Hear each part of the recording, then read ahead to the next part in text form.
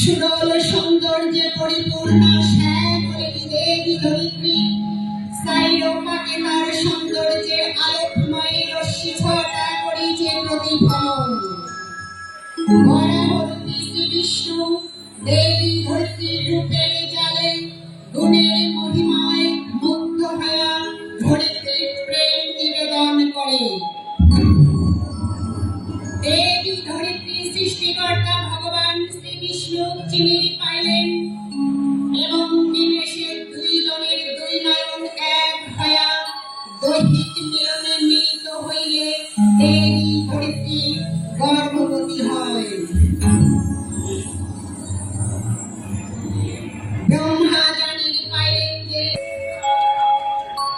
হে প্রভু জগদীশ্বর শ্রী বিষ্ণু, মোর উদরে তোমার যে সন্তান, সে সন্তান ভূমিষ্ঠ করাতে প্রভু তোমার এই সন্তান ভূমিষ্ঠ করাতে যতখানি শক্তি দরকার সব শক্তি ঢালি দিছ প্রভু। তোমার এই সন্তান ভূমি স্পর্শ করিতে পারে একমাত্র তোমারই কৃপায় প্রভু। একবার দেখা দাও।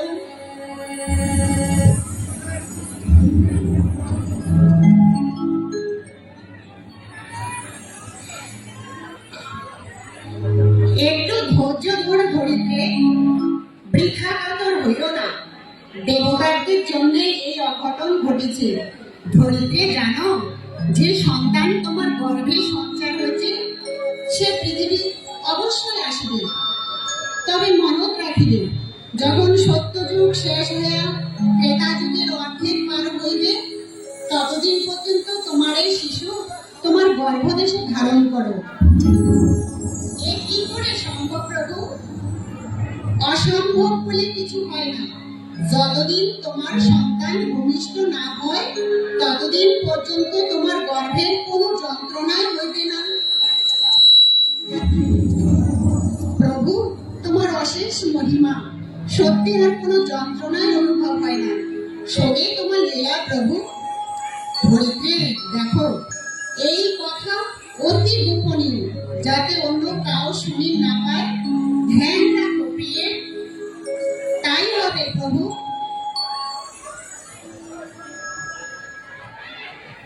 পার হই ত্রেতা যুগে শ্রীরামচন্দ্রেশ্বর বাণী লঙ্কার দাম্ভিক রাক্ষসরা রাবণ নিহত হয়। এই সংবাদ শুনে গেলাম দেবী ধরিত্রী।